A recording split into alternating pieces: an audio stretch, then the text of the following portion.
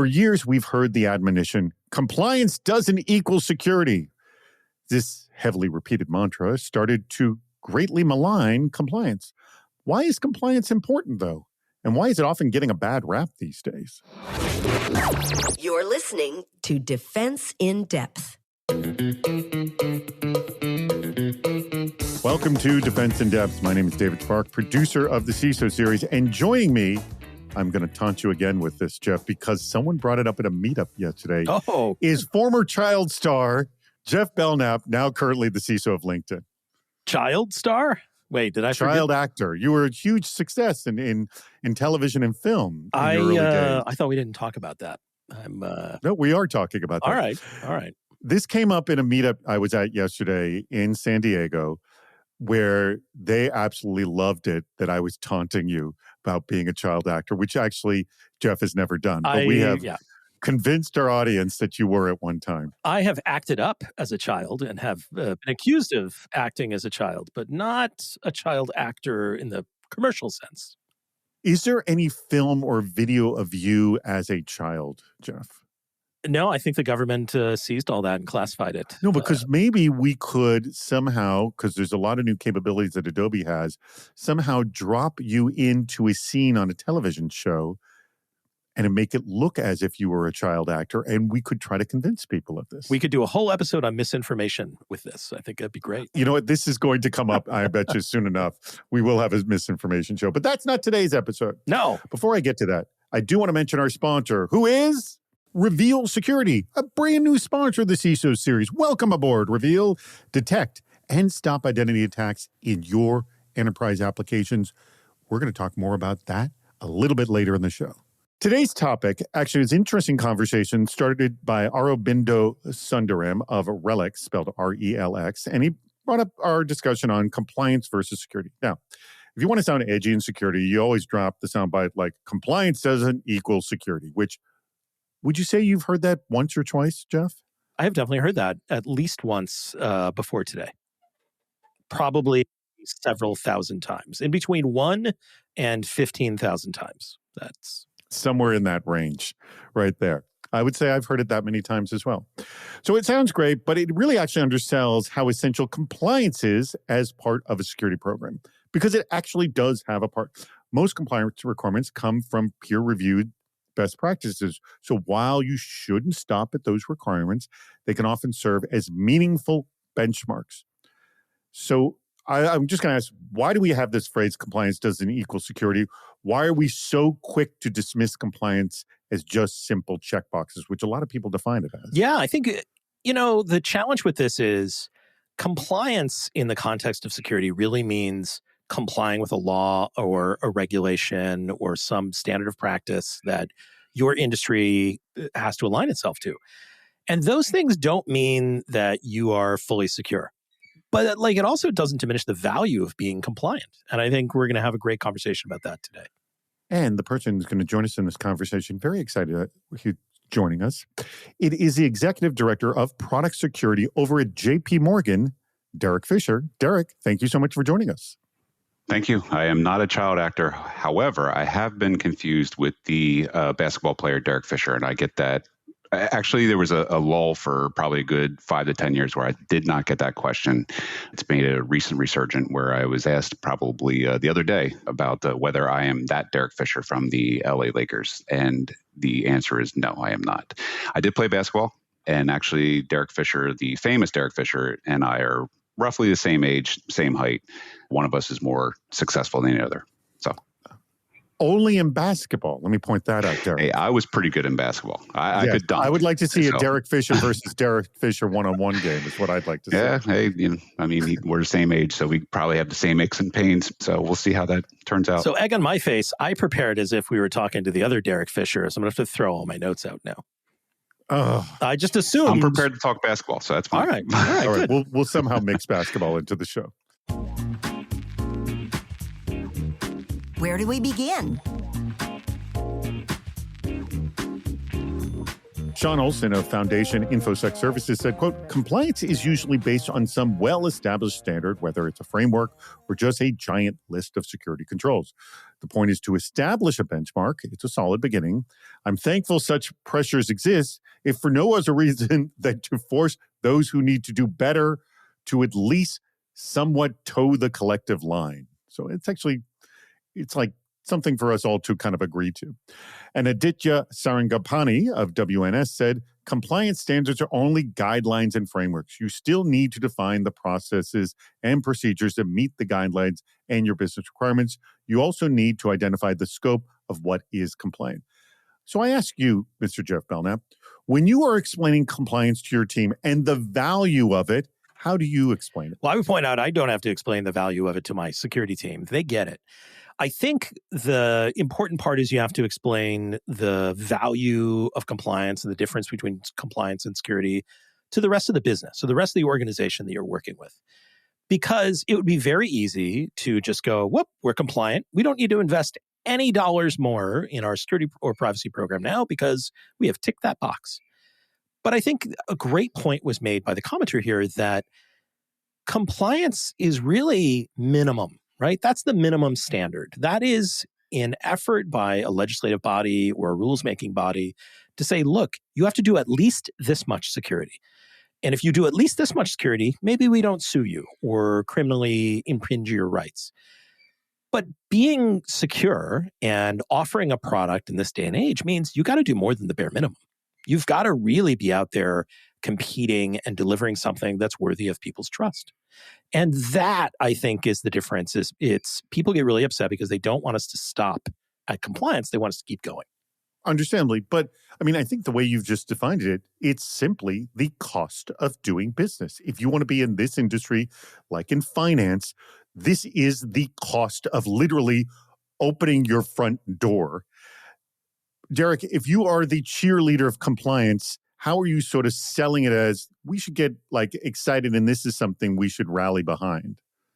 I hope I'm never in the role of cheerleading compliance, but I think Jeff stated, is absolutely spot on. I think really comes down to compliance is that you must be this tall to ride this ride, right? Here's the minimum set of standards that are industry defined or it's already been, tires have been kicked on it. And we know that these are good practices and good frameworks that will help an organization reach that security maturity.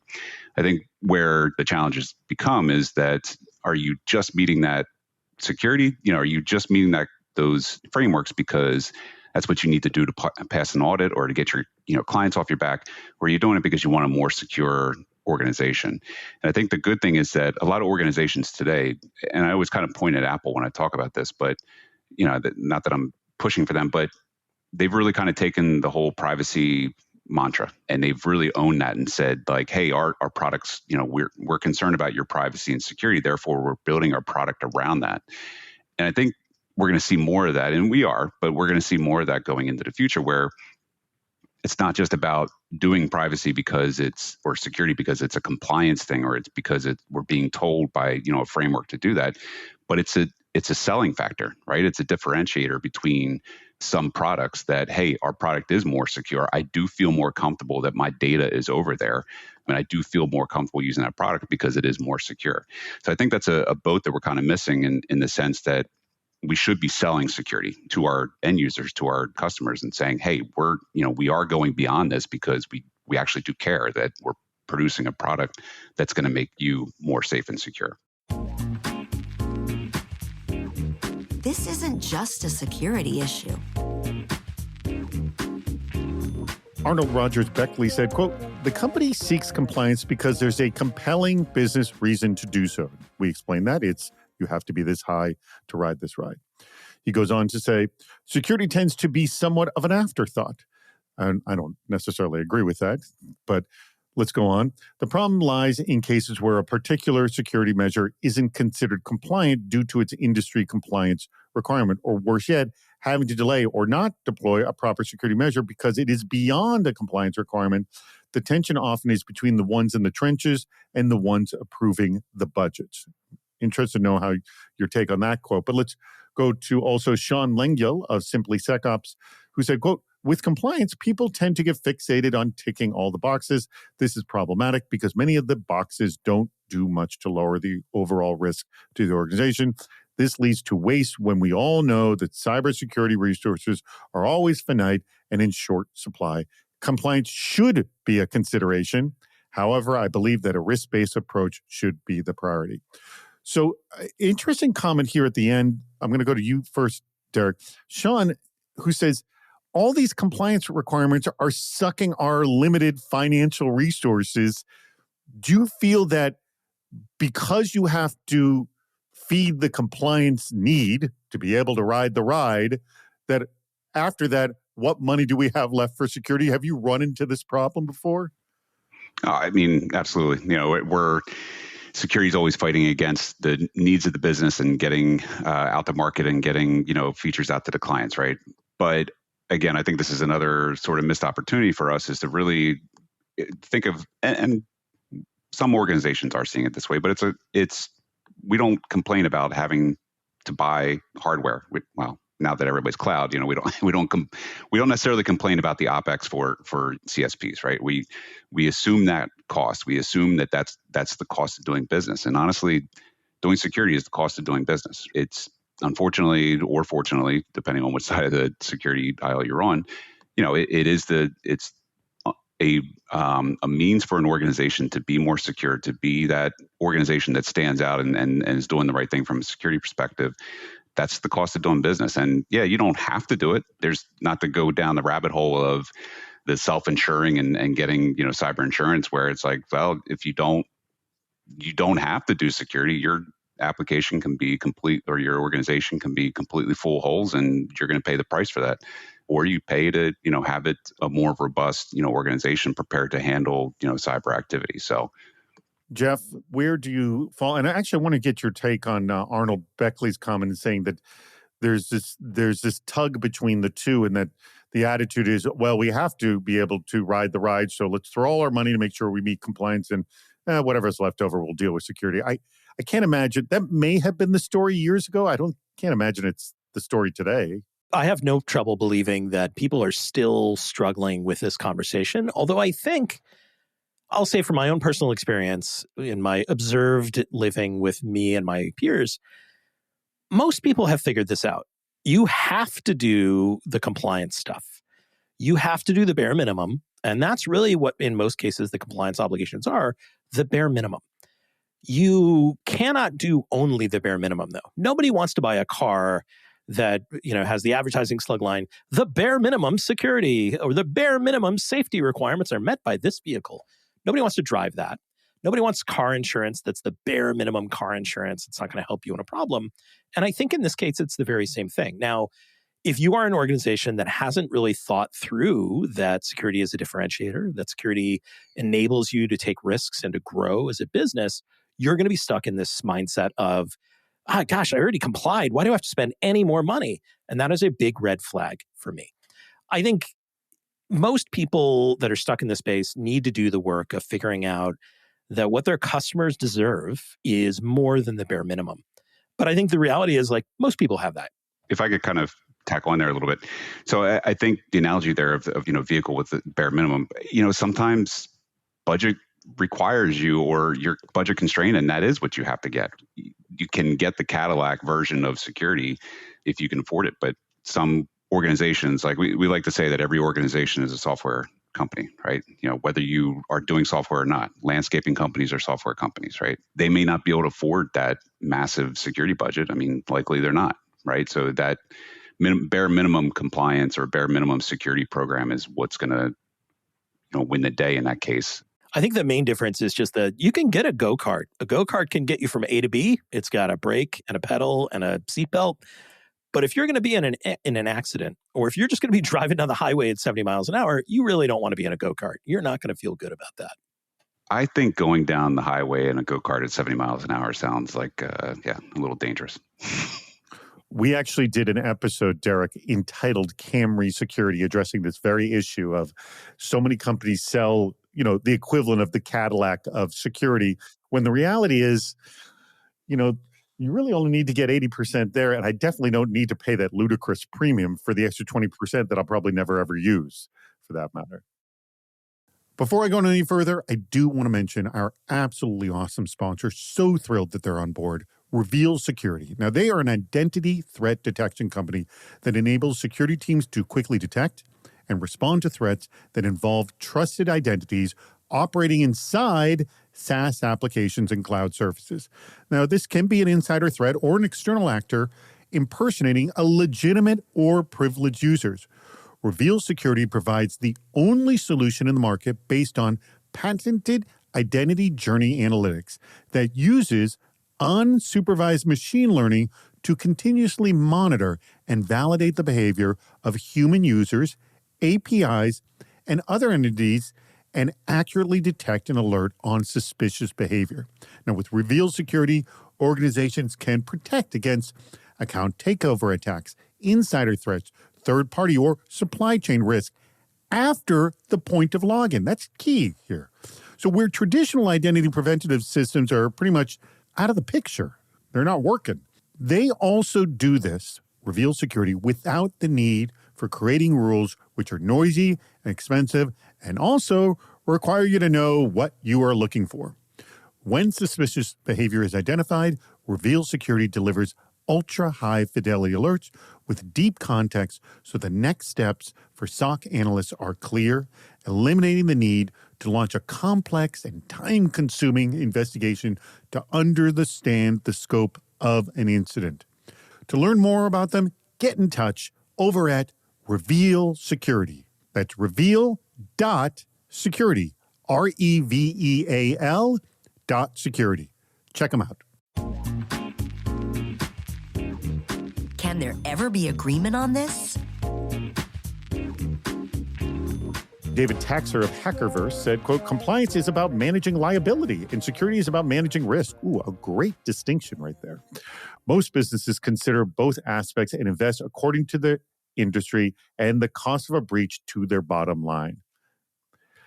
Iona Chila of Cornerstone Capital Bank said, compliance and security go hand in hand and they're both equal and relevant.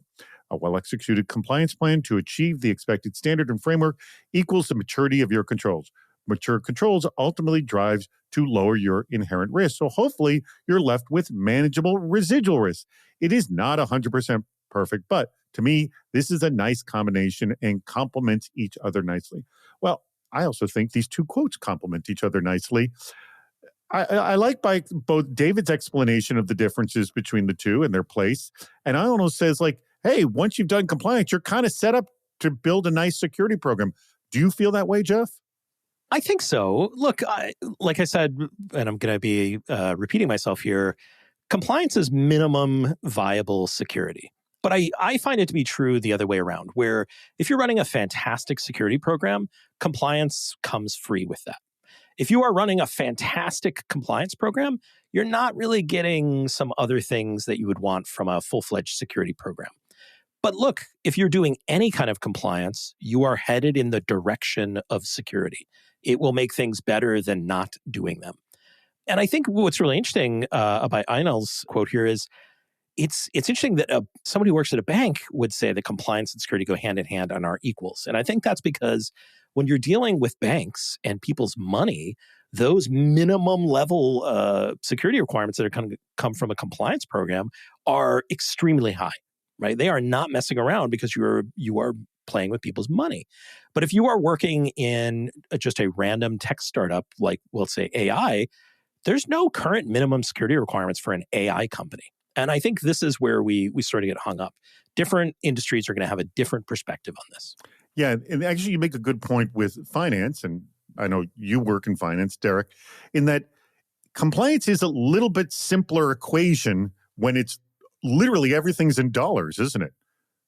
Yes? Yeah. And I currently work in finance. I've worked in finance for several years, but I came from the healthcare space as well. I've also worked in like the military space and so forth. And like obviously the compliance and the security controls are vastly different in each one of those.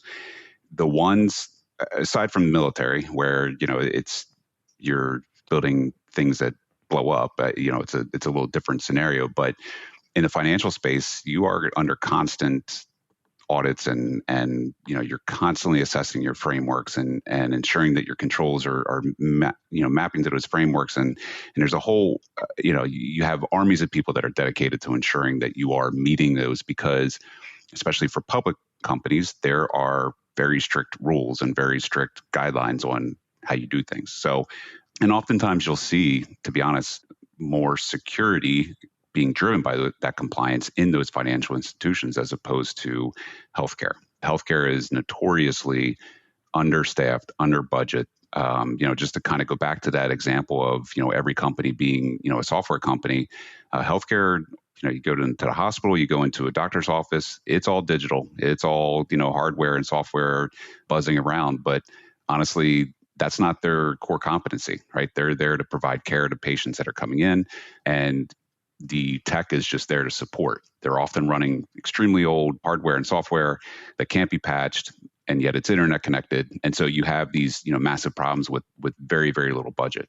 So I think, in a case where you look at a financial institution where the money is there, the budget is there to do the right thing, the compliance frameworks are there to enforce the right thing, and I think you have a much better, standing in terms of getting security in place. It's a cleaner explanation, I think, in finance. And I think it's probably more expensive, is my guess. But at least you can see things. And you make a good analogy with health, in that health is much messier. And I just did a show recently with two health experts. And oh my, the situation of the compliance standards and where equipment is, they're not aligned, because what will happen is they'll have hardware that goes out of date that you can't upgrade the operating system or upgrade the software, but it's operating on an operating system that is now outdated. It's a giant, colossal mess. Yeah, when they say outdated, that's with a capital O. I mean, it is outdated. It's not uncommon to see these, MRI, X-ray machines, or these big machines that have been installed in a hospital for 20 years and it's still running Windows 95. Let's be clear, though, this is where compliance can be a good thing. This is where compliance should be mandating the people who make these devices that they be required to be upgradable, that when they are certified, they don't have to be locked into the exact specific piece of software they were certified to, et cetera. Like, we have figured out these problems. We know how to upgrade things that are critical. We know how to manage things that are critical, just like healthcare devices. But today we don't mandate, there's no compliance requirement to change that. And this is where compliance can have a good impact on things. Not like healthcare being a security issue is not strictly a budgetary issue. It's a fact that the policy has not driven people to update devices, to update software, to really treat that healthcare technology environment at the same level of importance as the people that it is supporting. I think that's, there's IoT, right? That's, you look at the healthcare devices that are in hospitals and doctors' offices. I mean, it's an IoT device, essentially, even though it's been deployed 20 years ago. And I think the challenge is the example of an MRI machine that's running an old operating system, an old software that can't be patched. Who's responsible for paying to get that thing removed and replaced, because the tech was built 20 years ago?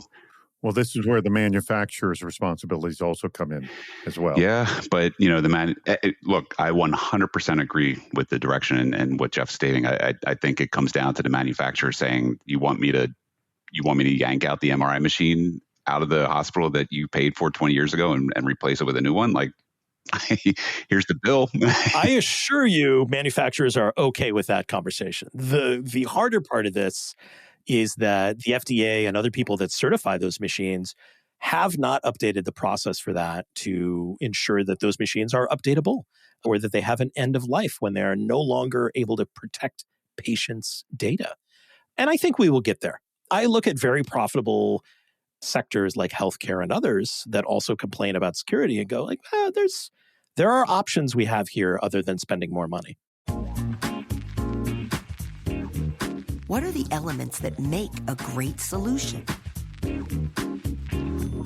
Jack Nunziato of Do Control said compliance will always make the organization more secure. But if they're staffing and executing based on this bare minimum, then there's really no true belief in cybersecurity and data protection for their customers. Make it an ethos that supports the company mission. And Dwayne Graham of Converge Technology Solutions said, quote, I've seen situations where organizations start with a focus on compliance, but in the process, they improve security outcomes and really embrace the changes. It really depends on the collective attitude taken at the company. Compliance can be a gateway drug to improve organizations.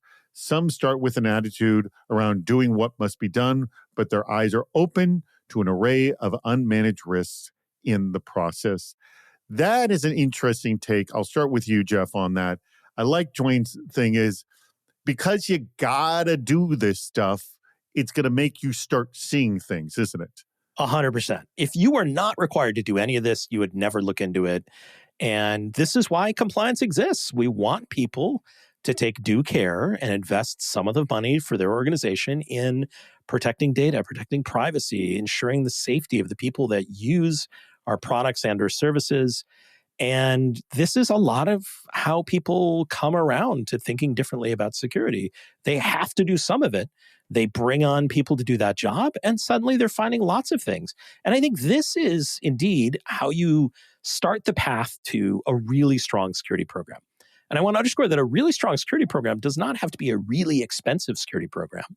It just has to be you've invested a little bit of time into listening to the people that are looking at the risks for your business and are thinking about what they can do to mitigate them. You will be so excited about how more competitive your business could be, how higher growth your business or your organization could be if you're starting to think about the risk that might impact your business. There's lots of positives here. All right, Derek, here's what I want to sort of summarize with, and tell me if you agree, because from what I'm hearing, and especially with Dwayne's last comment right here, we started with the common mantra of compliance doesn't equal security. But what I'm seeing from our discussion right now, really what the mantra should be is compliance allows us to build a great security program. Do you believe that to be true, Derek?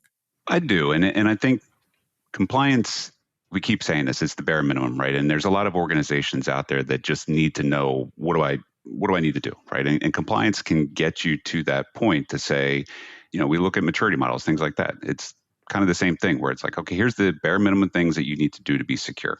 And for some organizations, that's what I love the phrase gateway drug, because I think that's what gets them moving. Suddenly you're building teams. Suddenly you have a SOC in place. Now you have, you start having security engineers that are working with your developers or with your product owners to build more secure software. And suddenly, you're starting to build out that security organization. And so I think having some North Star that says, here's where we're heading and here are the things that we're trying to achieve from a security perspective that is being driven by compliance, yes, but it is going to make us more secure, keep us off the front page, and ensure that our customers are getting a secure product.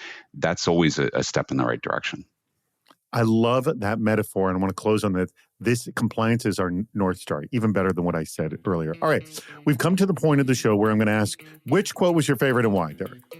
Dwayne's quote, I think, really, and I'm sorry, Jeff, if that was what you were going for, but Dwayne's quote really hits home because I think, again, it's the like the gateway drug thing, right? It gives you that first taste and it gets you, in motion in that direction. And then next thing you know it, you're building, a good secure program.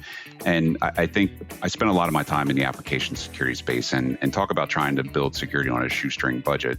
You look no further than application security. You're often, trying to do things with a very small crew and trying to get things done by twisting arms and stuff like that. And so I think starting from a perspective of at least we're moving in that right direction and we're doing it in a cost-effective way really sings to me. So, Jeff, your favorite quote and why? Mine, it was stolen by Derek, but to respect a professional athlete, I'm gonna pick a different one. I'm gonna go with Sean Olson from Foundation InfoSec. That was a first quote, so we're bookending it, the first and the last. Look quote. At that. I mean, hey, pro tip to everybody, make sure your quotes are first or last. And you have no control over that. But anyway, Sean said, compliance is usually based on some well-established standard, whether it's a framework or just a giant list of security controls. The point is to establish a benchmark. It's a solid beginning, and Sean says he's thankful such pressures exist, and so am I, if for no other reason than to force those who need to do better to at least somewhat toe a collective line. And that's the whole point. We want people to meet a minimum bar. At the end of the day, I think in my world, I'm sure Derek would agree, like I'd be fine if everybody's security program was just as good as mine. I don't want anybody to have a worse security program than mine because we all, so like a rising tide lifts all boats. It's better for all of us to have a great security program. And it's better for all of us if everyone starts from a minimum level that is good for their customers and their clients. I've said that one of the wonderful things about security, it's the one industry that direct competitors are sharing information and trying to help each other out. Happens all the time. All right, we have come to the end of the show. I want to thank our sponsor, Reveal Security. Remember, their website is reveal.security. And remember, they're going to help you find suspicious behavior after legitimate users are in your environment. Because not every user in your environment, even though they look legitimate, is legitimate. Reveal.security. And I want to thank our guest, Derek. I'm going to let you have the very last word. Jeff, as always, for those of you looking for jobs, there is this great site called LinkedIn.com that has a job board on it. Is it still there? They haven't taken it down, have they? LinkedIn.com is still there, whether you're looking for a job or looking to build an audience or establish yourself or share some thoughts or do you know that CISO Series, we have our own page on LinkedIn? That's right. And it's quite a good one. You should check it out. Insert link to CISO Series right here. Derek, any last thoughts on the subject? We always ask, are you hiring? And I'm assuming people can reach out to you via LinkedIn or just find you on the court where you will be challenging the other Derek Fisher to a one-on-one. Correct? I'm going to reach out to him. I don't think he'll respond to my email, but I'll reach out to him and see if he'll be up for that. He is a subscriber to this show. He's just huge fan of cybersecurity. All right, well, tell him to call me. You're going to have to show the receipts on that. Tell him I'll meet him anywhere. I'll meet him in the middle of the country. There you go. Oh, we will bring the camera crew if that's going to happen. We would love to see I always find fighting words is a great way to call out a professional nobody wants to stand athlete. down from that. Exactly. I mean, you're fighting up. It's always a good idea to fight up. Yeah. He's got everything to lose. You don't. Yeah. Why not? Hey. If he gets beat by me, and then that's on him. I'll still be able to say I You're played going in as the well. underdog. Yeah, exactly. No, Please, anyone who listening to this, don't fight professional athletes. No, we're not saying no. We're not based on our reputation. We're saying competing in basketball. Competing. A fight was a euphemism to reference to the game that the two of them would play. Of course. Any last words, Derek? No, I appreciated this opportunity to talk. I love the subject and always like hearing other people's perspective and be able to provide my own. So I really appreciate the time and thank you. All right. Well, great. I want to thank our audience and I want to thank our guests and Jeff as well. And as always, we greatly appreciate your contributions and listening to Defense in Depth. We've reached the end of Defense in Depth. Make sure to subscribe so you don't miss yet another hot topic in cybersecurity. This show thrives on your contributions. Please write a review, leave a comment on LinkedIn or on our site, CISOseries.com, where you'll also see plenty of ways to participate, including recording a question or a comment for the show. If you're interested in sponsoring the podcast, contact David Spark directly at david@CISOseries.com. Thank you for listening to Defense in Depth.